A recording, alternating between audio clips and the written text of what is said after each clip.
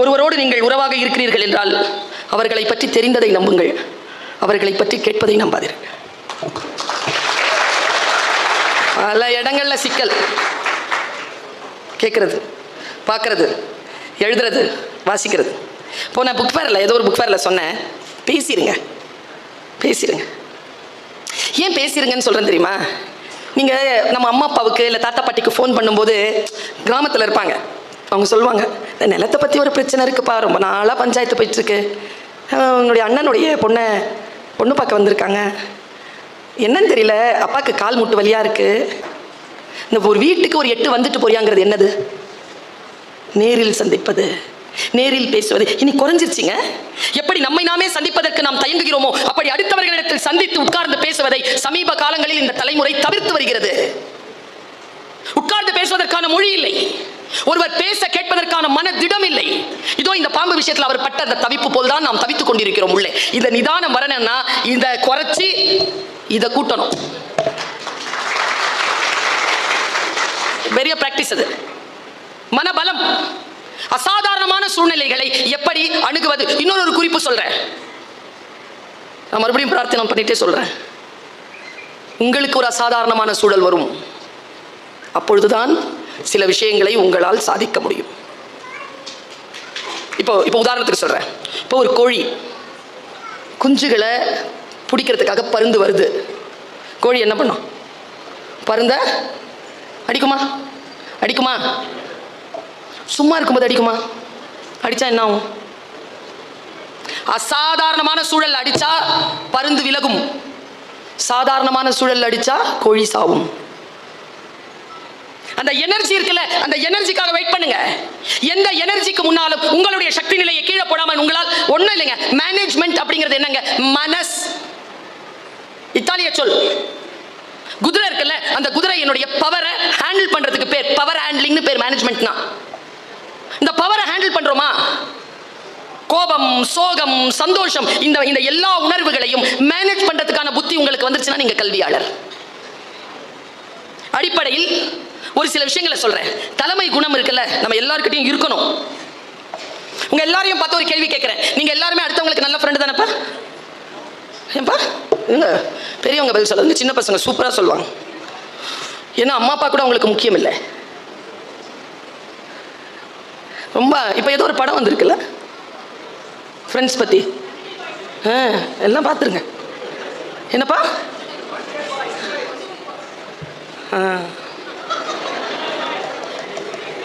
என்ன மொழி படம் மேடம்?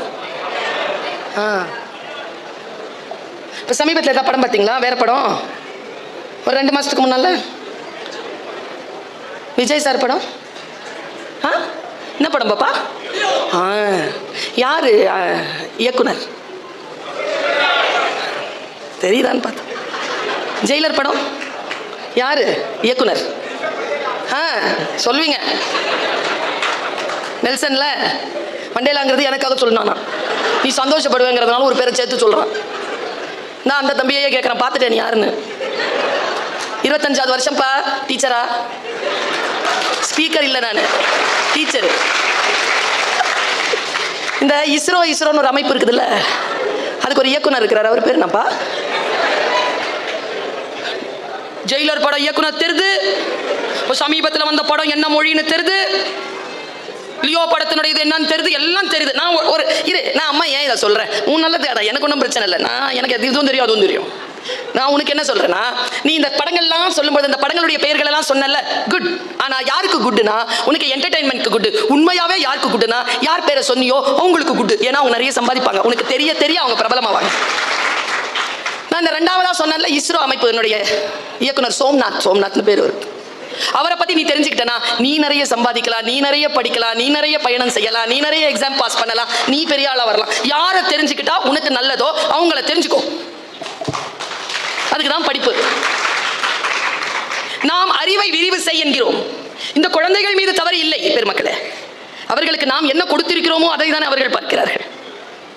அவர்களுக்கு எவ்வளவு உலகம் விரிந்திருக்கிறது. அப்படி விரிந்திருக்கக்கூடிய உலகத்தில் அவர்களை வழிபடுத்துவதற்கான வல்லமை, லீடர்ஷிப். நான் தான் அந்த பையன் கிட்ட கேட்டேன், உனக்கு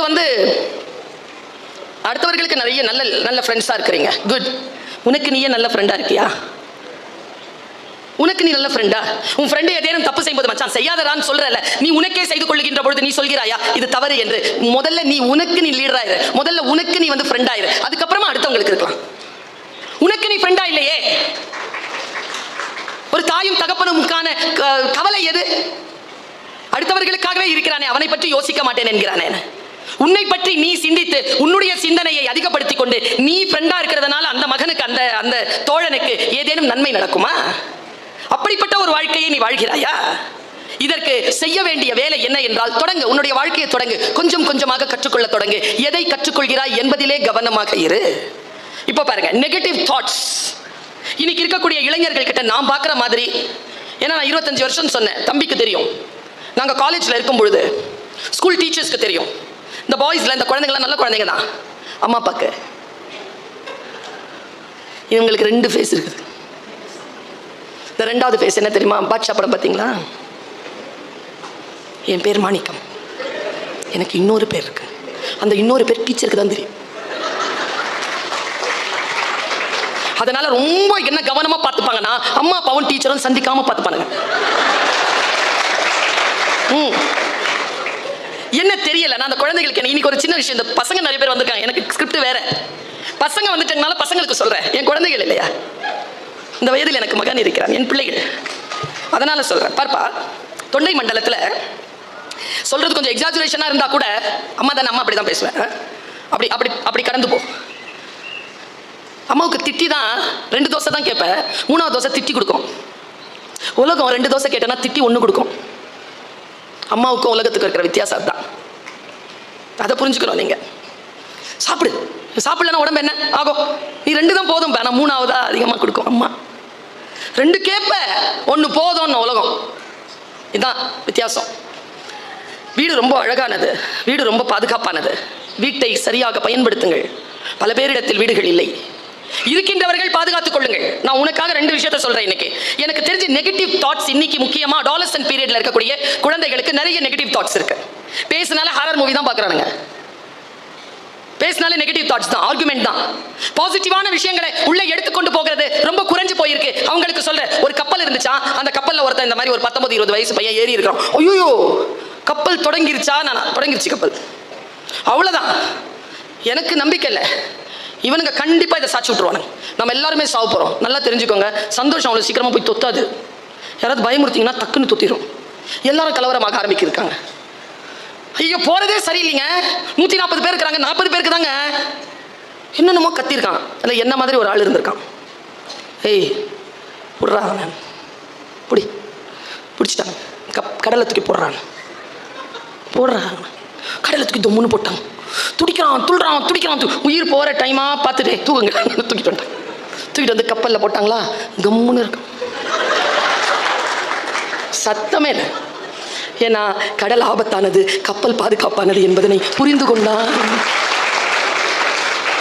புரியுற மாதிரி ஒரு அற்புதம் இந்த உலகத்துல எதுவுமே 1000 சொல் சொல்லுங்க புரியாது, பட்டா. ஆனா என்ன தெரியுமா தவிப்பு? படாம புரிஞ்சுக்கோங்கடா, படாம புரிஞ்சுக்கோங்க, படா. அதான் பெரியவங்களுடைய தவிப்பு. தொண்டை மண்டலத்துல நிறைய திரௌபதி அம்மன் கோவில் இருக்கு. இந்த உத்திரமேரூர் பக்கம்லாம் போனீங்கன்னா நிறைய திரௌபதி அம்மன் கோயில். இந்த திரௌபதி அம்மன் கோயில்ல ஒரு முறை பிரசங்கம் நல்லா சொல்றார் ஒருத்தர், மகாபாரதம் சொல்றார் அப்படின்னு எனக்கு தெரிஞ்சனா தம்பிக்கு தெரியும். நாங்கெல்லாம் பயணப்பட்டிருக்கோம், குத்து பார்க்க பயணப்பட்டிருக்கோம். அப்படி பயணப்படும் பொழுது உத்திரமேரூர்ல இருக்கக்கூடிய திரௌபதி அம்மன் திருவிழாவுக்கு வந்தோம். பல்கலைக்கழக மாணவர்கள்லாம் சேர்ந்து வரோம், பாய்ஸ்க்கு முக்கியமா. போயிருக்கிறேன், பிரசங்கம் கேட்குறேன். அன்னைக்கு வந்து துரியோதனனுடைய மரணம். அன்னைக்கு அந்த துரியோதனன் மரணம் வந்து அன்னைக்கு தான் திரௌபதி அம்மனுக்கு பூச்சி விடுறாங்க. இந்த பூச்சி விடுற அந்த காட்சியை பார்க்கறதுக்காக நாங்கள் பல்கலைக்கழகத்துலேருந்து நிறைய பேர், தம்பி வந்தானான்னு தெரியல எனக்கு, வந்தியாப்பா? நாங்கள் எல்லாருமே போகிறோம். பாருங்க அந்த ஒரு காட்சி, உனக்கு ஏதேனும் அதில் கிடைக்குதான்னு பாரு. ஒரு 65 அடிக்கு கீழே ஒரு மண்ணில் சிற்பம் பண்ணியிருக்காங்கப்பா. பேச்செல்லாம் தாண்டி, கோயிலெல்லாம் தாண்டி, வெளியில பிரகாரத்து வெளியில பெரிய ஒரு மண் இது இருக்கு, கிரவுண்ட் இருக்கு. 65 அடிக்கு இருக்கு ஒரு சிலை. அந்த சிலை எப்படி இருக்குன்னா, கால் இப்படி நீட்டி இருக்கு, கை இப்படி இருக்கு, கையில ஒரு கதை வரைஞ்சு இது மண் பண்ணியிருக்காங்க, பெரிய ஒரு கிரீடம், தொடையில ஒரு பானை, தலைமாட்டில் ஒரு அரிதாரம் பூசிக்கிட்டு ஒருத்தர் நிற்கிறான் கதை எடுத்துக்கிட்டு, கால் மாட்டில் ஒருத்தர் நிற்கிறான் கதை எடுத்துக்கிட்டு, பலே அப்படின்னு உடனே 2 பேரும் ஓடுறாங்க. ஓடிக்கிட்டே இருக்கிறானுங்களா. ஓடிக்கிட்டே இருக்கும் பொழுது ஒருத்தன் ஓடி வந்து இந்த காலில் இருக்கிற அந்த பானையில் அடித்தான். தலைமாட்டில் நின்றுட்டு இருந்தால அவன் அப்படியே விழுந்து செத்தான். நாடகம் தான். செத்தவன் பேர் துரியோதனன், அடித்தவன் பேர் பீமன். உள்ளே இருந்து திரௌபதி அம்மனை கூட்டு வந்துட்டாங்க. இந்த தொடையில் அடித்தாங்கல்ல, பானை வெடிச்சது, அதுலேருந்து அந்த குங்குமத்தை எடுத்து அந்த அம்மனுக்கு பூசினாங்க. ஒரு பூ வச்சாங்க, கொண்டு மறுபடியும் உள்ளே போயிட்டாங்க. பூ முடித்தாளவன். எனக்கு புரியல இது என்னன்னு. பக்கத்தில் ஒரு அம்மா, வயதான அம்மா, அதுக்கிட்ட கேட்டேன். அந்த அம்மா சொன்னதை அப்படியே சொல்றேன். உன் வாழ்க்கையில ஏதேனும் உனக்கு கற்றுக்கொள்வதற்கு வருகிறதா என்று பார். உன்னை தூக்கி கடல்ல போடுற மாதிரி, இப்போ நெகட்டிவ் தாட்ஸோட இருந்தா கடல்ல போடுற மாதிரியான அம்மா இப்போ ஒரு விஷயம் சொல்ல போறேன். என்னன்னா, துரியோதனன் சாவணும். இன்னைக்கு அவனுக்கு சாவு குறிச்சிட்டான் கிருஷ்ணன். ராத்திரி ஆயிடுச்சு. இன்னைக்கு சங்கு ஊதுன உடனே துரியோதனன் சாவு. இது தெரியுது காந்தாரிக்கு. ரொம்ப நுட்பமான விஷயம் குழந்தைகளை. காந்தாரி யாருன்னா, கணவனுக்காக கண்ணை கட்டி வச்சிருக்கிறவ. அவள் 100 பிள்ளைங்களை பெற்றெடுத்தாலும் 100 பிள்ளைங்களுடைய முகத்தை பார்த்தவ இல்லை. அவள் உலகத்தையே பார்க்கல. புருஷனுக்காக கண்ணை முன்னவதான். அப்படியே இருக்கா. அந்த காந்தாரி 99 குழந்தைகளை இழந்து ஒரே ஒரு குழந்தையை காப்பாற்றணும்னு முடிவு பண்ணி உட்காந்துருக்கா. சொல்றாங்க, நாளைக்கு உன் பிள்ளை கொல்ல போறாங்க. துரியோதனை கூட்டு வா. ஒரு பொண்ணு போய் கூட்டு வரா துரியோதனனை. டேய், நேராக போய் என்னுடைய பாசறைக்கு பின்னால் ஒரு குளம் இருக்குல்லடா தம்பி. ஆமாம்மா. குளிச்சுட்டு என் முன்னால் வாடா. ஆனால் உடம்புல ஒரு ட்ரெஸ் இருக்கக்கூடாது. நான் எப்படி உன்னை பெற்றெடுத்துன்னு அப்படியே வாடா. சரிம்மா. யார் பேச்சும் கேட்காத, அப்படியே வா. சரிம்மா. போனானா, குளிச்சுட்டு வெற்று உடம்புல நடந்து வரான். நடந்து வரும்பொழுது கிருஷ்ணன் வந்துட்டான் நடுவில். கிருஷ்ணனுக்கு தெரிஞ்சு போச்சு, இவன் போயிட்டானா இவனை கொல்ல முடியாது. நல்லா தெரிஞ்சுக்கோங்க, அம்மாவா சாமியான அம்மா தான். ஏன்னா அந்த உயிர் இருக்குல்ல, அது வேற, உங்களோட கனெக்டடாக இருக்கிறது வேற. இந்த உடம்பு உங்களுக்கு வர பொண்டாட்டிக்கு, அந்த பொண்ணு வந்து புருஷனுக்குலாம் இல்லை. இந்த உங்கள் உடம்பெல்லாம் எங்களுது, நாங்கள் கொடுத்தது. பத்திரமா பார்த்துக்கோங்க. அதை கெடுத்துக்கிறதுக்கு உங்களுக்கு உரிமையே கிடையாது. அசிங்கப்படுத்திக்கிறதுக்கு கிடையாது. பாருங்க, வந்து நிற்கிறாங்க. வரும்போது கிருஷ்ணன் பார்த்துட்டான். கிருஷ்ணன் சொன்னானா, எங்கடா போற? அம்மா போற? அம்மா கூப்பிட்டாங்க. சரி, உன்னை சின்ன வயசுலேருந்து பார்க்கலடா, இந்தா பெருசாக வளர்ந்துருக்குற, 7 அடிக்கு, என்ன இருந்தாலும் பெண் தானே, அதுக்கு ஒரு வாழையில தூக்கி போட்ட மறைச்சிட்டு போடாடே. சரி கிருஷ்ணா. துரியோதனன் வாழையில மறைச்சிட்டு போய் அம்மா முன்னால் நின்னா. வந்துட்டியா துரியோதனா? வந்துட்டேம்மா. சரியா என் முன்னால் நில்லு. அப்படியே பார்க்குறான். கண்ணில் இருக்கிற எல்லா சக்தியும் கொடுத்துட்டா. இடம் மறைச்சிருக்கு. கண்ணு முடிச்சு. தப்பு செஞ்சிட்டியே துரியோதனா. வஞ்சகன் கிருஷ்ணன் என் பிள்ளையை நாளை கொல்ல போகிறார். அப்பதான் சாபம் கொடுக்குறா கிருஷ்ணனுக்கு. துடிக்கிறான் துரியோதன். ஏம்மா என்னம்மா ஆச்சு? என்னம்மா? டேய், மறைக்காம வர சொன்னேனடா. இல்லைம்மா, கிருஷ்ணன் தான் சொன்னான். சரிடா, போ. ஆமாம்மா, மறுபடியும் எடுத்துட்டு நிற்கிறேன்ப்பா. டேய், நான் மந்திரவாதி இல்லைடா, சக்தி போயிடுச்சுடா, போட. போயிட்டான். அடுத்த நாள் உடம்புல எங்க அடித்தாலும் அவனுக்கு உயிர் போகாது. அம்மாவினுடைய கண் பார்வை சக்தி படாத துடையில் அடித்தால் உயிர் போகும். இது மகாபாரதம் சொல்லுது. இதை நான் ஏன் இன்னைக்கு சொல்றேன்? நீ எதையும் அம்மா கிட்டையும் அப்பா கிட்டையும் மறைக்காத.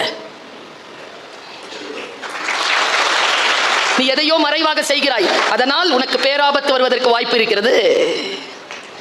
நான் இப்படிதான் மகாபாரதத்தை பார்க்கிறேன். எனக்கு அவர்கள் புகழ்பாடி என்ன கிடைக்கும்?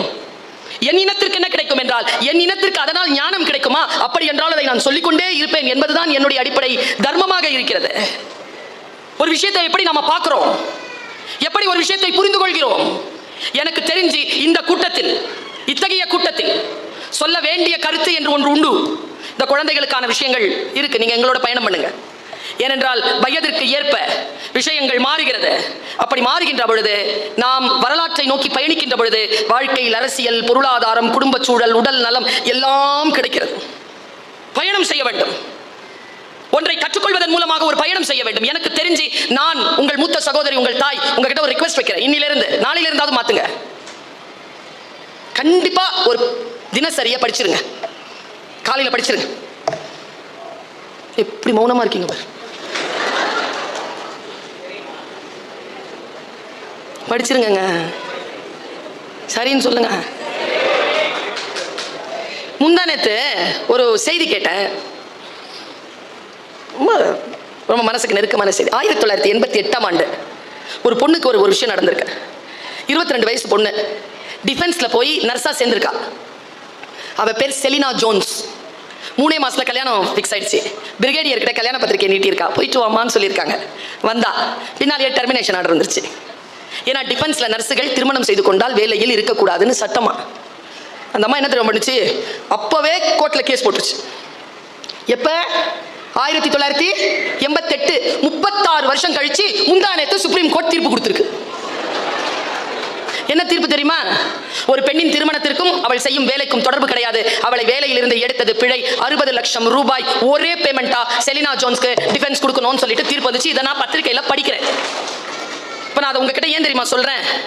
ஒரு பெண் 36 வருடங்கள் தன்னுடைய வாழ்க்கையை இழந்து ஏதோ ஒன்றை செய்திருக்கிறாள். அது வருங்காலத்திற்கான மிகப்பெரிய வெளிச்ச ஜன்னலாக இருக்கிறது. இது எனக்கு தெரிகிறது. வாசிக்கின்ற பொழுது எனக்கு தெரிகிறது. பல விஷயங்கள் தெரிந்து கொள்ளுதல் என்பது அடுத்தவர்கள் சொல்லுவதை காட்டிலும் நீங்களாக முயற்சித்து தெரிந்து கொள்ளுகின்ற பொழுது அதனுடைய அகலம் பரிமாணம் வேறு. யாரோ ஒருவர் சொல்லுவதல்ல, நீங்கள் நேரடியாக அதை அனுபவிக்கக்கூடிய ஒன்று. பாருங்க, இந்த ஜீசஸ் கால்ஸ்னு ஒரு அமைப்பு இருக்கு, தெரியுமா உங்களுக்கு? இப்படி ஒரு கை இருக்குல்ல, ஒரு கை இப்படி இருக்குமே, நடுங்கிற மாதிரி கை. யார் கை அது? யார் கை? சொல்லுங்க. அவங்க என்ன பயம்னா, நாங்க ஏதாவது சொல்ல போய் நீ அதை எப்படியோ மாத்தி தான் சொல்ல போற, நீயே சொல்லிக்கோ. ஆக்சுவலா அந்த கையை நம்ம ஜீசஸனுடைய கரங்கள்னு பார்க்க. ஜீசஸ் கரங்கள் அவ்வளவு நரம்புகள் புடைத்த கையில. 33 வயதில் இறந்து போனவர் அவர். அவர் கை அப்படி இருக்காது. ஆனால் அந்த கை பார்த்தீங்கன்னா ஒரு நடுக்கத்தோடு நரம்புகள் புடைத்து ரொம்ப முதிர்ந்த கையா இருக்கும். நான் அதை பத்தி இது என்னது இந்த கை போட்டிருக்குதே, பார்த்தாலே ஒரு மாதிரி மனசு குழையுது. அதனுடைய வரலாறு தேடி போனேன். அது ஒரு வரலாறு எனக்கு தெரிஞ்சது. பாருங்க, இது நான் இப்போ எனக்கு ஞாபகம் வருது, நான் சொல்றேன். பாருங்க, 2 பேர் பிறந்திருக்காங்க ஒரு நாட்டில், வெளிநாட்டில். நாட்டின் பெயர் மறக்கிறேன் நான், ஞாபகத்துக்கு வந்துடும், போறதுக்குள்ள ஞாபகத்துக்கு வரும். அந்த 2 பேர் அண்ணன் தம்பிங்க. அவங்க வீட்டில் வறுமை. ஒருத்தன் சிற்பி, ஒருத்தன் ஓவியன். அண்ணன் சிற்பி, தம்பி ஓவியன். ஆனால் அதை படிக்க வேண்டும் என்றால் நிரம்ப செலவழிக்க வேண்டும். 2 பேரும் ஒரு அக்ரிமெண்ட்க்கு வராங்க. தம்பி, முதல்ல நான் வேலைக்கு போறேன்டா, நான் சம்பாரிச்சு உன்னை படிக்க வச்சுறேன், நீ படிச்சு சம்பாரிச்சு என்ன படிக்க வைக்கிறியா? ஓகேன்ட்டான் தம்பி. தம்பி நேரா போயிட்டான். இவன் சிற்பி இருக்கான்ல, அவனுக்கு சிற்ப வேலை கிடைக்கல, கல்லுடைக்கிற வேலை தான் கிடைச்சிருக்கு. அவன் கல்லுடைக்கிறான், வேலை செய்யறான், கல்லுடைக்கிறான். 5 வருஷம் ஆச்சு, 6 வருஷம் ஆச்சு, பையன் இன்னும் ஃப்ளரிஷ் ஆகல. 12 வருஷத்துக்கு அப்புறமா தம்பி பெரிய ஆளாயிட்டான். தம்பி வீட்டுக்கு வரான். அண்ணே, ஒரு ஓவியமா அவ்வளோ விலைக்கு போகுதுண்ணே, இனிமேல் நீ படி, நான் போனேன், நீ படின, நான் பார்த்துக்கிறேன் நான் அப்படின்னு. உடனே அண்ணன் சொன்னானா, ரொம்ப நன்றிப்பா, இப்படி கையை நடுங்கியிருக்கேன். இனிமேல் என்னால் சிற்பங்களை சிதைக்க முடியாது. சிற்பங்களை செதுக்கக்கூடிய ஆற்றலை என் கரங்கள் 12 ஆடுங்கள் கல் உடைத்து உனக்காக செலவழித்ததில் என் கரங்கள் இப்படி நஞ்சு போச்சுரா அப்படின்னு நடுங்கியபடி அந்த அண்ணன் கூப்பிய கைதான் ஜீசஸ் கால்ஸ்ல வச்சிருக்காங்க. அடுத்தவர்களுக்காக பயன்பட்டு போனது. இப்போ சில விஷயங்களை நாம் வாழ்க்கையை வரலாறை தேடுகின்ற பொழுது நம் வாழ்க்கையில் வேறு ஏதோ ஒன்றை செய்யாமல் நாம் விடுபட்டு போனோமோ என்கின்ற ஒரு சிறிய மன நெருடல் நமக்கு வருகிறது. நான் சொல்றேன்ல, கற்றலில் நாம் மிக நுட்பமாக இருக்க வேண்டும் என்று. கற்றலில் நாம் நுட்பமாக இருக்க ஒட்டாதபடிக்கு நம்மை தடுப்பது எது? 4 பேர் உட்கார்ந்தான் மௌன விரதத்துக்கு. எனக்கு தெரியலங்க, இந்த மனசு மாதிரி ஒரு பொருள் வேற கிடையாது. எவன் மனசை ஜெயிக்கிறானோ அவன் உலகத்தை ஜெயிக்கிறான். இதை தான் ஜெயிக்க முடியல, எல்லாரையும் ஜெயிக்க முடியுது. நான்லாம் அடுத்தவர்களை ஜெயிச்சிட்டேன். இப்போ பயணமே என்னை ஜெயிப்பது தான். அடங்க மாட்டேங்குதுங்க. இது ஜெயிக்கிறது பெரும்பாடு. அடுத்தவர்களெல்லாம் ரொம்ப அழகா ஜெயிக்கலாம். ஆற்றலும் வாய்ப்பும் இருந்தால், புரிதலும் இருந்தால், வாழ்க்கையில ஸ்ட்ராட்டஜி இருந்தா, ஒரு டெக்னிக் இருந்தா ஜெயிச்சிடலாங்க. இதை ஜெயிக்கிறதுக்கு டெக்னிக்லாம் பத்தாது. டெக்னிக் எல்லாத்தையும் கைவிட்டாதான் இதை ஜெயிக்க முடியும். எல்லாத்தையும் கைவிட. சாயந்தரம் ஆச்சு 6 மணி. 6 மணிக்கு மௌன விரதம் கலையும். 5 நிமிஷம் தான் இருந்தது. ஒருத்தன் சொன்னானா, அப்பா 5 நிமிஷம் தான் இருக்குன்னு.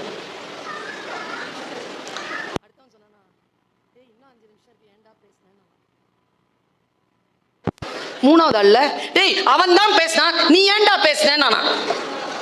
4வது ஆள், அப்பா நான் மட்டும் தான் பேசல நானா. இந்த மனசு அடக்கிறது, முக்கியமா பெண்கள். இந்த மார்ச் 8ஆம் தேதிக்கு நான் ஒரு பேச்சு பேசுவேன். இங்க பேச மாட்டேன், எங்கேயாவது பேசுவேன். கண்டிப்பா அவங்க பிடிச்சி போட்டுருவாங்க. கவனமா கேட்டுக்கோங்க. சொல்ல போறேன் நம்ம எல்லாருக்காகவும். சரியா? ஆண்கள் பயப்படுகிறார்கள். ஆண்களுக்கு எதிரானதல்ல பெண்களுடைய வாழ்க்கை.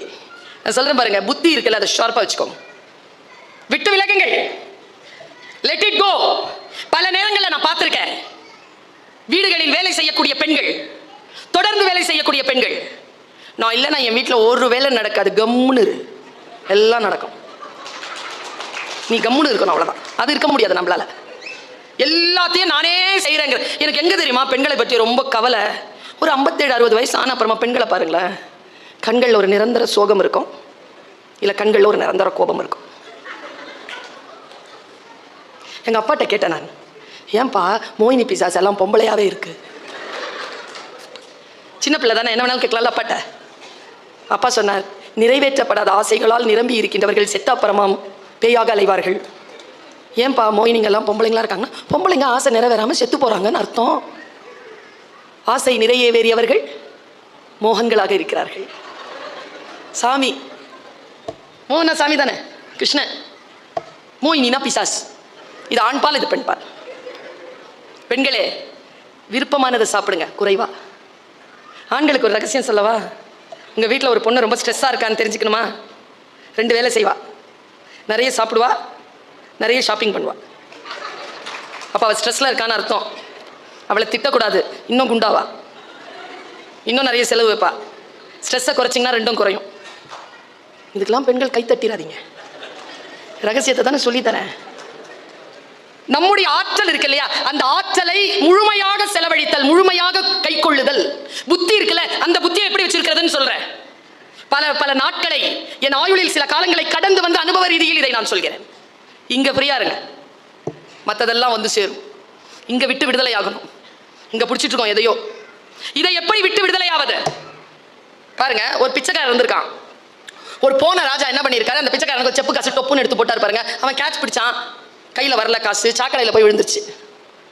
சட்டுன்னு சாக்கடையில் கைப்பட்ட பாருங்க, ராஜாக்கு ஒரு மாதிரி ஆயிடுச்சு. ஏய் கைப்படாத, சாரி நான் தான் தப்பா போட்டேன், இந்தா வெள்ளி காசு வச்சுக்கோ. வெள்ளி காசு வாங்கிக்கிட்டு மறுபடியும் செப்பு காசு தூக்கி சேத்துல கை போட்டான். ராஜாவுக்கு இன்னும் வருத்தம், இன்னும் அவன் புத்தி மாறலையே, இந்த ஒரு தங்க காசு வச்சுக்கோ, அதை விட்டுடு. வாங்கி வச்சுக்கிட்டு மறுபடியும் கை போட்டான். தங்க முடிப்பு கொடுத்தான் ராஜா, இந்தா இனிமேல் சாக்கடையில் கை போடக்கூடாது, ஓகேவா? தங்க முடிப்பை வாங்கி வச்சுக்கிட்டு மறுபடியும் சாக்கடை கிட்ட போனான். கை ராஜாவுக்கு கோவம். டேய், என்ன செஞ்சா நீ அந்த சாக்கடையில் கைப்படாத நிறுத்துவேன்? உனக்கு என் ராஜ்யத்துல பாதி தரேன்டா. இந்த சாக்கடை பகுதி அதில் வருமான்னு கேட்டான். என்ன பண்ணுவீங்க? எதை கொடுத்தாலோ எதை செஞ்சாலோ மறுபடியும் பள்ளம் நோக்கி பாய்கின்ற நீரை போல். கல்வி என்பது அதுதான், விட்டு விடுதலையாக்கும். விட்டு விடுதலையாக்குவதற்காகத்தான் கல்வி, அதுதான் கற்றல், அதான் படிப்பு. மனிதனுக்கும் மிருகத்திற்கும் இருக்கக்கூடிய வித்தியாசமே, மிருகம் கற்றுக்கொண்டு பிறக்கிறது, மனிதன் பிறந்த பிறகு கற்றுக்கொள்கிறான். நான் இதை சில புக் ஃபேர்ல சொல்றேன். ஒரு டிஓ இருக்கிறார் மேடம், சிவகாசியில் சந்திச்சேன் அவரை. ஜான் பேரு. அவர் என்ன பண்றாரு, டெய்லி ஒரு வாய்ஸ் ஓவர் போடுறாரு டீச்சர்ஸ்க்கு, முதல்வர்களுக்கெல்லாம். அவர் போட்ட வாய்ஸ் ஓவர் எனக்கு ஒரு வாட்டி வந்தது, நல்லா இருக்கு சார், எனக்கும் போடுங்கன்னு சொன்னேன். எனக்கு அவர் டெய்லி ஒரு வாய்ஸ் ஓவர் போடுவார். அந்த வாய்ஸ் ஓவர் 10-15 வந்திருக்கு. 2 மேட்டர் மட்டும் சொல்கிறேன், உங்கள் வாழ்க்கையில் மாற்றம் வருதான்னு பாருங்கள்.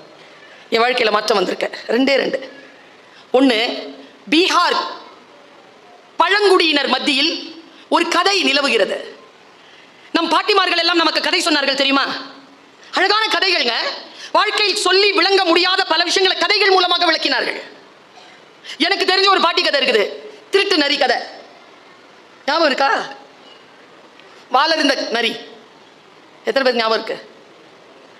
இல்லை, யாருக்கும் இல்லை. ஞாபகம் இருக்கா சார்? ஞாபகம் இருக்கா சார்? பாருங்க, ஒரு நரி எப்போ பார்த்தாலும் திருடி வருமா. குடியா நம்ம பார்த்துக்கிட்டே இருந்திருக்கான். என்னடா இந்த நரி இப்படி திருடுன்னு சொல்லிட்டு ஒரு நாள் வாழை வெட்டிட்டான். நரி ஓடிடுச்சு. போய் அதுக்கு ஒரே அவமானம். வாழறிந்த நரின்னு எல்லாரும் கிண்டல். இது குழந்தைக்கு சொல்லப்படுதுங்க. திருட்டு வேலை செய்யறதுக்கு வாழை இருந்துருச்சு, அவமானம். திருட்டு வேலை செஞ்சா அவமானம். அந்த நரிக்கு தாங்கவே முடியல அவமானம். நேராக அந்த நரி வந்து தன்னுடைய கூட்ட தலைவன் கிட்ட கேட்டுச்சான், எனக்கு எப்படி மானம் திரும்பி வரும், முதல்ல வாழை கொண்டு வா, அப்புறமா பார்த்துக்கலாம். நேராக குடியானவன் கிட்ட போச்சான் நரி. சாரி, என் வாழை கொடு, நான் ஒட்ட வச்சுக்கிறேன், உன் பக்கம் வரமாட்டேன். சரி, வால் வேணும்னா என் மாடு இருக்கிறதுல ஒரு சின்ன கொஞ்சம் குவளையில் ஒரு கொஞ்சம் பால் கொண்டு வந்து கொடுத்துட்டு எடுத்துகிட்டு போகணும். குடியானவன் டீச்சர். ஆனால் ஒன்று, யாரையும் கேட்காம எடுக்கக்கூடாது, கேட்டுட்டு தான் வாங்கணும். நரி நேராக போச்சான், மாடு கொஞ்சம் பால் கொடு. குடியானவன் கேட்குறான், என் வால் வாங்கணும். மாடு சொல்லிச்சான், அப்படியே பால் கொடுத்தா ஒரு கட்டு புல்லு கொண்டாந்து போட்டு பால் வாங்கிட்டு போகணும். போய் நேராக புல்லு கட்டிச்சான். ஒரு கட்டு புல்லு எடுத்துக்கவா, எடுத்துக்க. ஒரு வாளி தண்ணி ஊற்றிட்டு எடுத்துக்க. நேராக ஆற்றுக்கிட்ட போய் நின்று, நான் ஒரு வாளி தண்ணி எடுத்துக்கவா, புல்லுக்கு போடணும், புல்லு கிடைச்சாதான் மாட்டுக்கு பால் கிடைச்சாதான் வால் கிடைக்கும், கொஞ்சம் தண்ணி எடுத்துக்கவா. என் கரை உடஞ்சிருக்கு, கொஞ்சம் மண்ணை கொட்டிட்டு தண்ணி எடுத்துகிட்டு போச்சு. நேராக மண்ணுக்கிட்ட வந்துச்சான். மண்ணே கொஞ்சம் மண் எடுத்துக்கவா, ஆற்றுக்கு கொடுக்கணும், அப்போ தான் தண்ணி கிடைக்கும், தண்ணி இருந்தால் தான் புல் கிடைக்கும், புல் இருந்தால் தான் பால் கிடைக்கும், பால் கொடுத்தா தான் வால் கிடைக்கும். சரி, அங்கே ஒரு விதை இருக்குது, எடுத்து விதைச்சிட்டு அது ஒரு மொட்டு விடும், அந்த இலையை பார்த்துட்டு மண் எடுத்துகிட்டு போ. இது போட்டுச்சான்.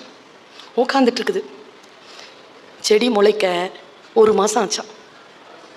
1 மாதம் வரைக்கும் ஒரு இலைக்காக காத்திருப்பது எவ்வளவு பெருமதியானது, ஒரு பொருளை உற்பத்தி செய்தல் எவ்வளவு பெருமதியானது என்பதனை காலத்தால் தான் அது முடியும். காலத்திற்கு நாம் பயந்து கொள்ள வேண்டும். மற்றவர்கள் காலத்தை செலவழித்து சம்பாதிப்பதை நாம் திருடக்கூடாது என்பதனை அந்த நரி உணர்ந்து கொண்ட தருணம் என்று அந்த பாட்டியின் கதை முடிகிறது. இதை குழந்தை மனசுலேயே போட்டுறணும், சொல்லாததெல்லாம் விளங்கும். இப்போ நான் டிஓ சார் சொன்னது வரேன். ஒரு பழங்குடி, பீகார் பழங்குடி, ரொம்ப புத்திங்க. அது நான் சொல்ற 2 விஷயமும் ரொம்ப புத்தியான விஷயம். நான் இதை சொல்லிட்டு இடம் சார் ரொம்ப நேரமாக உட்காந்துருக்குறோம். ரொம்ப பிரார்த்தனையோட சொல்றேன் இதை. ஒரு புறா கூட்டம் இருந்துச்சான். புறா தலைவன் ஒருத்தர் இருந்தானா. ஒரு இளமையான பையனை கூப்பிட்டு, ஒரு புறாவை கூப்பிட்டு, டே, உயிர் காப்பாற்றிக்கணும், நாம சாவக்கூடாது, அப்படின்னா யாரோட ஜாக்கிரதையா இருக்கணும்? அந்த இளைய புறா சொல்லிச்சான், குறி வைக்கிறான்ல வேட்டைக்காரன், அவன்கிட்ட ஜாக்கிரதையா இருக்கணும். ஏன்? அவன் குறி தப்புறது இல்லை. நம்ம ரொம்ப ஜாக்கிரதையா இருந்தால் தான் நம்ம விலக முடியும். ஓ, அவங்க அம்மாட்ட கேட்டுச்சான், சரியா சொல்லுதா அந்த புறா? சரியா சொல்லுது சார். இல்ல, தப்பா சொல்லி கொடுத்துருக்க. என்ன தப்பா சொல்லி கொடுத்துட்டேன்? குறி வைக்க தெரிந்த வேட்டைக்காரனிடத்தில் ஜாக்கிரதையா இருக்க வேண்டும்னு எல்லாருக்கும் தெரியும். உயிர் இயற்கை. யாரோட ஜாக்கிரதையா இருக்க தெரியும்னா, ஆயுதம் தாங்கிய வேட்டைக்கு புறப்பட்டு இருக்கக்கூடிய குறி வைக்க தெரியாத வேட்டைக்காரனிடத்தில் ஜாக்கிரதையாக இருக்க வேண்டும். ஏன்னா நான் குறி இவனுக்கு தான் வைப்பேன், நீ அவனுக்கு தானே வச்சிருக்கிறேன்னு எங்கேயோ பார்த்துட்டு இருப்பேன். கரெக்டாக உங்ககிட்ட வரும். குறி வைக்க தெரிந்தவர்களிடத்தில் இல்லை, அதிகாரம் வைத்துக்கொண்டு அந்த அதிகாரத்தை எப்படி பயன்படுத்த வேண்டும் என்று தெரியாமல் இருப்பவர்களிடம் மிகுந்த ஜாக்கிரதையாக இருக்க வேண்டும் என்று இந்த பழங்குடி கதை நமக்கு சொல்கிறது. அறிவுங்க, புத்தி. இன்னொரு விஷயம் சொல்றேன். எங்க அம்மா, நான் 45 வயசு கடந்திருக்கு. எனக்கும் எங்க அம்மாவுக்கும் இருக்கிற பாண்டேஜ், இங்க இருக்கிற வயதானவங்க, என் வயதில் ஒத்தவர்களுக்கெல்லாம் அந்த பாண்டேஜ் வேற. இன்னைக்கு இருக்கிற இந்த பசங்களுடைய பாண்டேஜ்லாம் வேற. எங்க அம்மா கண் கலங்கனா எனக்கு இங்க உதிரும். கிட்ட போய் கேட்க முடியாது, ஏமா அழுகுறேன்னு. செருப்படி விழும். வா அப்படிம்பாங்க. அமைதியாக நிற்கணும். ஏதாவது வேலை கொடுத்தா செய்யணும். அவங்க சாந்தமாகும்போது பக்கத்தில் போய் உட்காந்துக்கணும், இல்லை காலடியில். அவ்வளோதான், அவங்கள சாந்தப்படுத்துறது அவ்வளோதான். ஸோ லாங்குவேஜ், பேரண்டல் லாங்குவேஜ் நம்மக்கிட்ட இருந்தது. எங்கள் அம்மாவுக்கு 79 வயசு. ஒரு போன வாரம் நான் எங்கள் அப்பா ஞாபகத்தில் ஏதோ கண் கலங்கிருச்சு. என் பையன் வரான். What happen? நல்லா தானே இருந்த காலையில், அழுகுற? ஐயா என்ன சொல்லு.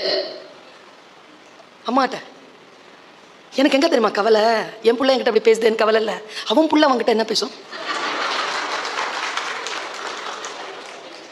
பெரியவங்களெல்லாம் பார்க்கும்போது மனசால சொல்கிறேன், கடவுளுக்கு சாட்சியாக சொல்கிறேன், மிஸ் பண்ணக்கூடாதுங்க பெரியவங்கள.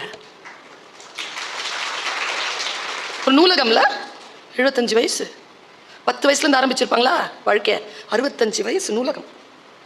எனக்கு அப்படிதான் தெரியும் பெரியவங்களை பார்த்தா. பெரியவர்களை பார்த்துக் கொள்ளுதல், அவர்களுடைய பேச்சை கேட்டுக்கொள்ளுதல் ரொம்ப சென்சிட்டிவா இருக்குதுங்க இன்னைக்கு. ஏதாவது சொல்ல முடியுதா பிள்ளைங்களை? இந்த பரம்பரை இருக்குதே, நம்ம பரம்பரை, பெரியவங்க பேச்சை கேட்ட கடைசி பரம்பரை. இது பேச்செல்லாம் கேட்க தொடங்கி இருக்கிற முதல் பரம்பரை. முதல்லலாம் நான் கோச்சிக்கிட்டேன்னா எங்க அம்மா சாப்பாடு போட மாட்டாங்க எனக்கு. நான்லாம் சாப்பிடாம அவ்வளோ தவிச்சு போயிருக்கேன். எனக்கு பசிக்கோங்க, சாப்பாடு போடாது எங்க அம்மா. 3 வேளைங்க, காலைல மத்தியானம் நைட்டு. சாரி கேட்குற வரைக்கும் சோறு கிடையாது. பக்கத்தில் போயிட முடியாது. நான் தான் யோசிச்சிருக்கேன், மானமா உயிரா சுல்தானா? உயிரோட இருந்தால் தாண்டி மானத்தை பற்றி பேச முடியும். போய் அம்மாட்ட சாரி கேளு, சோறு வாங்கி சாப்பிடு அப்படின்னு செல்ஃப் டாக் பண்ணிட்டு போய் அம்மாட்ட சோறு வாங்கி சாப்பிட்டுருக்கிறேன். என் பிள்ளைய அப்படி நடத்த முடியலையே. ஏன்னா எங்கள் அம்மாவுக்கு 5 பிள்ளைங்க. 1 போனால் 1, எனக்கு இருக்கிறது 1. நான் தோக்கிற இடம். இவர்களைத்தான் இந்த பாண்டேஜ்ல நம்ம கொண்டு வரணும். இந்த பாண்டேஜ்ல கொண்டு வரணும். இந்த பாண்டேஜ்ல எப்படி கொண்டு வரது? எவ்வளவு சென்சிட்டிவா இருக்குதுங்களே. அப்ப நாம எந்த அளவிற்கு ஷார்ப்பான வேர்ட்ஸோட இருக்கணும். அப்படின்னா உடனே கோச்சிக்குதுங்க. அவங்க கோச்சிக்கிட்டா பயமா இருக்குங்க. இதுங்க நம்மள பயமுறுத்துற மாதிரி கோச்சிக்குதுங்க. எவ்வளோ தப்பு தெரியுமா பிள்ளைகளா? பெரியவங்களை பயமுறுத்துற மாதிரி கோச்சிக்கிறது. சொல்லிட்டாலும் சிச்சுவேஷன் வரும்போது, இப்பதான் பேசி முடிச்ச, நீ லேட்டா வந்த, அசாதாரணமான சூழல் என்று ஒன்று வரும். அந்த டைம்ல தான் நீ எப்படி ரியாக்ட் பண்ணுவ? உனக்கு எத்தனை பேர் வெளியில இருந்து வரும்? உள்ள இருந்து சிங்கம், புலி, யானை, கரடி, காண்டாமிருகம், நீர் யானை எல்லாம் வெளியில வரும். பார்க்கறதுக்கு பொமரேனியன் டாக் மாதிரி தான் இருப்பேன். எனக்கு தெரியுமா, எனக்கு தான் புள்ள இருக்குது. ஐயோ, குழந்தைகளை வழிபடுத்துவது போல் பெற்றோர்களே மிஸ் பண்ணிடாதீங்க. குழந்தைகளை மிஸ் பண்ணிடாதீங்க. அவங்களை வழிபடுத்தாமல் அவர்களை அப்படியே விட்டு விட்டால் கண்ணாடி போல் கீழே விழுந்தா சமூகத்தை பதம் பார்த்துரும். கையில வச்சிருந்தீங்கன்னா உங்களை பதம் பார்த்துரும். ரொம்ப ஜாக்கிரதையா. என் பையன் ஒரு தப்பு பண்ணியிருந்தான். அவன் 10வது படிக்கும்போது அவன் டீச்சர் ஏதோ அவனை திட்டினான்னு சொல்லிட்டு அவனை திட்டினாரு சொல்லிட்டு அவர் வாசல்ல வந்து சக்கரை கலந்த பாலை ஊத்திட்டான். வழுக்கி விழணும்ட்டு இவ்வளோ கொழுப்பு.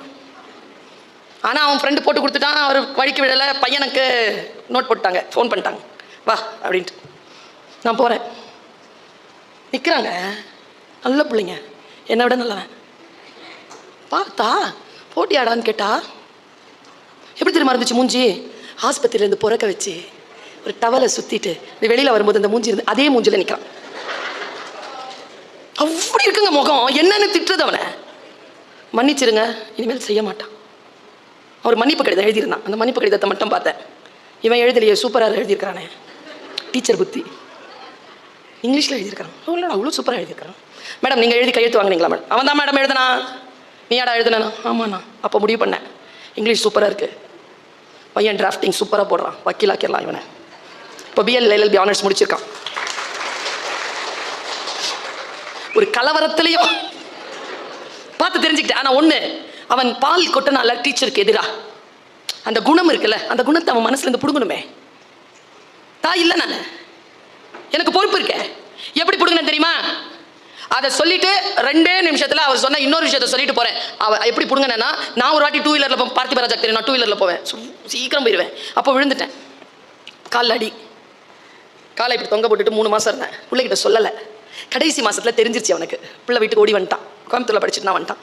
அம்மா இப்படிமா விழுந்தா, இப்படிமா விழுந்தா, அம்மா துடிக்கிறான். அம்மா இவ்வளோ பெரிய எலும்பு முறிவாம்மா, அம்மான்னு அழுகுறான். எப்படிமா விழுந்தான்னு கேட்டான். அப்போ சொன்ன 1.5 வருஷம் கழிச்சு சொன்னேன், நீ சிவகுமார் சார் வழுக்கி விழணும்னு ஊற்றின பால் இருக்குல்லடா, அது ராயப்பேட்டால என்னை வழுக்கி விடுத்துருச்சுடா. யாருக்கோ நீ செய்யக்கூடிய தீங்கு உன் நன்மையானவர்களுக்கு வந்து சேரும். அதனால் யாருக்கும் தீங்கு நினைத்து விடாதே குழந்தாய் என்று பெற்றோராக நின்று சொல்ல வேண்டிய கடப்பாடு நமக்கு உண்டு. இதை நாம் தெளிவோடு இருக்கக்கூடிய நிலையில் தான் நம்ம குழந்தை. ஒன்று சொல்றேங்க, இதை நம்ம சொல் பேச்செல்லாம் வளரதே இல்லதுங்க, நம்மை பார்த்து வளர்க்கிறார்கள். நம்ம ஜெனியூனா இருந்தா நம்ம கூட வருவாங்க. நம்ம ஜெனியூனிட்டி நம்ம காட்டல, அதுங்க அது வழி போவோம். பாருங்க எவ்வளவு சென்சிட்டிவ் பாருங்க இந்த குழந்தைகள். மனைவி, கணவன் எல்லாம் சென்சிட்டிவானவர்கள். இந்த காலத்துல ரொம்ப இது சென்சிட்டிவ் பண்ணி வச்சிருக்கு. சென்சிட்டிவா இருக்காங்க. முதல்ல புருஷன் பொண்டாட்டி சண்டை, அப்பா ரத்த கலரியா சண்டை போட்டுக்குவாங்க 2 பேரும். போவே கூடாது சமாதானப்படுத்த. ஏன்னா மேட்னி ஷோக்கு 2ம் பூ வச்சுக்கிட்டு கட்டு போட்டுக்கிட்டு சினிமா போ பார்த்துருக்கோமா இல்லையா? ஏன்னா இப்போ இல்லை சார், ஒரு நோட்டீஸ் சார்.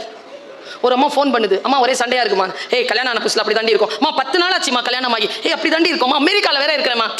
சமாதானமா போகிற முதல்ல இந்த டெட் பாடி என்ன பண்ணுறதுன்னு சொல்லுச்சான். சண்டை அது வரைக்கும் போகுது. இப்போல்லாம் டெரராக இருக்குது சண்டை. பாருங்க, ஒரு செல்வந்தன், இது 2வது கதை, டிஓ சொன்ன கதை. John sir thank you. ஒரு செல்வந்தர் இருந்தானா, 2 ஜெர்மன் ஷெப்பர்ட் நாய் தனியாக வாழ்ந்தார். வாக்கிங் போவாராம். அப்படி இருக்கும், குதிரை மாதிரி இருக்குமா 2ம். அப்படி கையில் தங்க வாட்ச்லாம் கட்டிட்டு தான் வாக்கிங்கே போகிறது. ஒரு திருடன் பார்த்துருக்கான் இந்த செல்வந்தரை.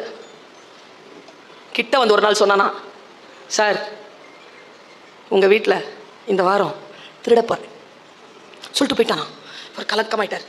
நாயை திறந்து விட்டுருக்கார் ஃபுல்லாக. வீடு ஃபுல்லாக திறந்துருக்கு, லைட்டெல்லாம் ஆஃப் பண்ணுறதில்ல. 3வது நாள் பெல் அடிக்கிறான் காலையில் 5 மணிக்கு. யாரான்னு பார்த்தா இவன் கையில் ஒரு சூட்கேஸ் திறந்து காட்டினானா. இதெல்லாம் உந்தா பாரு சார்னு. எந்த தாண்டா? எப்படிடா? நேற்று நைட் எடுத்துட்டேன் சார். என்ன சார் உன் காட்டுறதுக்கு தான் வந்த, திருடுறதுக்கு வரல.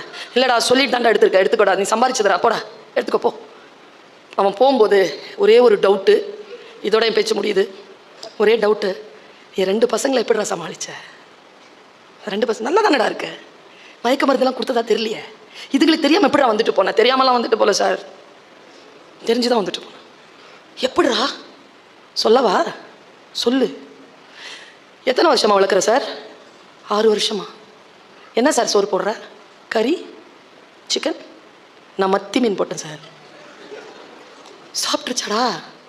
இந்த விளாட்டுது பாரு, சாப்பிட்ருச்சு சார். சரி போ, போய் கதவை மூடிட்ட 2 நாயையும் கொண்டு வந்து நடு வீட்டில் உட்கார, இதுதான் நாயை நடு வீட்டில் உட்கார வைக்கிறது. 2 நாயையும் நடு வீட்டில் உட்கார வச்சு சாஷ்டாங்கமாக காலில் விழுந்துட்டான். மன்னிச்சுக்கடங்க, 2 பேரும் மன்னிச்சிடுங்கடா. அப்பா, உன் ருசி தெரியாமல் வளர்த்துட்டேன்டா. உன் பரம்பரையா வந்த நன்றி உணர்வை ஒரு ருசிக்காக மாத்திட்டீங்களேடா. உன் ருசி தெரியாமல் வளர்த்துட்டேனடா அப்பா, மன்னிச்சிருங்கடான்னு அழுதுருக்காருங்க. அவங்க 2 பேர் காலையும் தொட்டு தொட்டு வணங்கி அழுதுற உடனே அதுங்களுக்கு என்னமோ புரிஞ்சு போச்சுங்க. ருசிக்காக பரம்பரைக்கான அந்த விசுவாசத்தை விட்டுட்டோன்னு புரிஞ்சிருச்சு 2 நாய்க்கும். ஒரு நாய் 2 நாயும் இப்படி உட்காந்துருந்துருக்கு, சாஞ்சி கூட உட்காரலையாங்க. 9 நாள் தண்ணி குடிக்கல, டாய்லெட் போல, சோறு சாப்பிடல, எதுவும் செய்யாமல் 9 நாளில் ஒரு நாய் செத்து போச்சு. இன்னொரு நாய் 11 நாளில் செத்து போச்சு. அதுக்கு புரிஞ்சிருச்சுங்க அதுங்க தப்பு பண்ணிருச்சுன்னு. சென்சிட்டிவிட்டி. இன்னைக்கு நாம ரொம்ப ரொம்ப ரோஷக்காரமா அந்த சென்சிட்டிவிட்டியை சொன்னோம்னு வச்சுக்கோங்களேன், அதை விட பெரிய இழப்பு நடந்துருது. எது முக்கியம், எதை கொண்டு போவது, எப்படி எடுத்துச் செல்வது என்று சொன்னால் ஒரு நிதானத்தன்மை வராமல் இவர்களை நம்மால் ஹேண்டில் பண்ண முடியாது. நிதானத்தன்மை வர வேண்டும் என்றால் கல்வி என்பதனை கையில் எடுத்துக் கொள்ளுங்கள். வாசிப்பு பயிற்சி, மூளைக்கு பயிற்சி கொடுங்கள். Just let them go, let them fly. நம்மையும் எங்கேயும் போட்டு அடைச்சு வைக்காம விரிந்து வளர்வதற்கு, பறப்பதற்கு உதவி செய்யுங்கள். நான் சிட்டுக்குருவியாகத்தான் என்னுடைய சிறகையும் விரித்தேன். விரியத்தான், விரிக்கத்தான் தெரிந்து கொண்டேன். நான் சிட்டுக்குருவி இல்லை, நான் ராஜாளி. இப்படி பறக்கிறேன். நீங்களும் சிறகை விரித்து பாருங்கள். நீங்களும் புறாவும் கிளியும் அல்ல, நீங்களும் ராஜாளிதான். வாருங்கள், பறப்போம். வானம் காத்திருக்கிறது. மீண்டும் சந்திப்போம். வணக்கம்.